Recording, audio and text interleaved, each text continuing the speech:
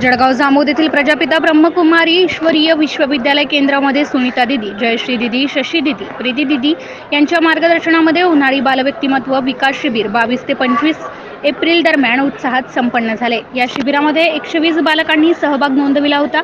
तर दररोज सकाळी 8 ते 12 या सत्रामध्ये हे शिबिर घेण्यात आले। या शिबिरात अभ्यास परिपाठ कसा करावा त्याविषयी विद्यार्थ्यांना मार्गदर्शन तसेच चित्रकला आणि निबंध स्पर्धेचे सुद्धा आयोजन करण्यात आले होते। खेळ, क्रीडा, गायन अशा विविध कृतीतून विद्यार्थ्यांच्या बौद्धिक क्षमतेची ओळख करण्यात आली। शहर आणि ग्रामीण भागातील बालिकांनी उत्साहाने या शिबिरामध्ये सहभाग घेतला होता।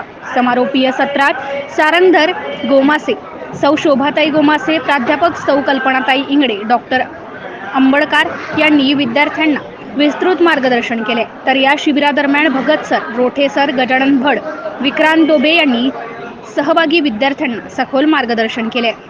MCN न्यूज मराठी करिता दिलीप इंगळे, जळगाव।